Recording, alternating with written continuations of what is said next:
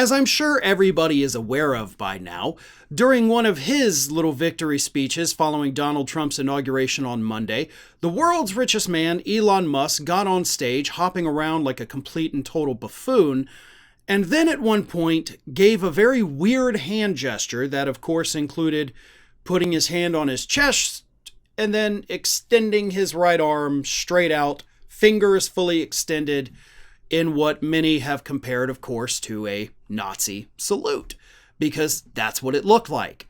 Not saying he did it intentionally, but it damn sure looked like that. And everybody on social media, of course, was very quick to point that out, including PBS. PBS went out there and posted on social media, again, like so many other people did. Billionaire Elon Musk gave what appeared to be a fascist salute Monday while making a speech at the post-inauguration celebration for President Donald Trump at the Capital One Arena. Musk put his hand on his chest and then raised it in a salute that appeared similar to the Sieg Heil used by Nazis at their victory rallies. It's important to note that PBS did not say he gave a Nazi salute. It said he gave what appeared to be a fascist salute. You know, it looked similar to the Sieg Heil, but they never said that that's what it was, which, by the way, is correctly how you cover that.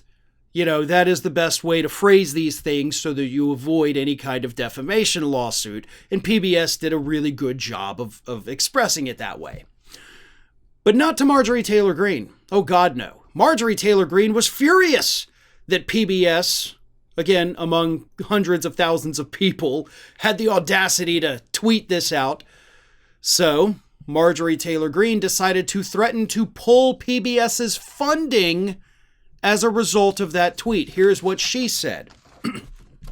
As the chairwoman of the Oversight Subcommittee on DOJ, I look forward to PBS coming before my committee and explaining why lying and spreading propaganda to serve the Democrat Party and attack Republicans is a good use of taxpayer funds. We will be in touch soon, says the Karen from Georgia.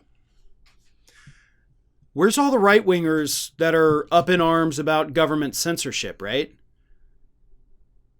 This is literally a member of the government with the power to cut funding for a broadcast company because she doesn't like what they said. And they didn't say anything wrong. They were just reporting on what was happening in the world, which of course is their job. But where's all those free speech absolutists, right? When private companies try to fact check you, you cry censorship. You cry First Amendment, even though the First Amendment doesn't apply to that. When we have a real potential First Amendment violation of the government stepping in to basically shut down a broadcast company, you morons are silent. Oh, that's right, because I guess it serves your purpose. Because it's your side doing the censorship. You're not going to hear a peep out of Republicans about this. They don't care.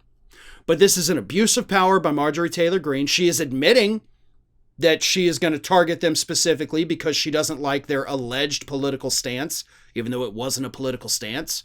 She is threatening to violate their First Amendment freedoms. All of this wrapped into one, and conservatives couldn't care less. Thanks for watching, everybody, and if you're not already, please subscribe to the channel. We got fresh content every day for you. And if you want to follow us across social media, make sure you check out all of the social links that we have posted in the description of this video.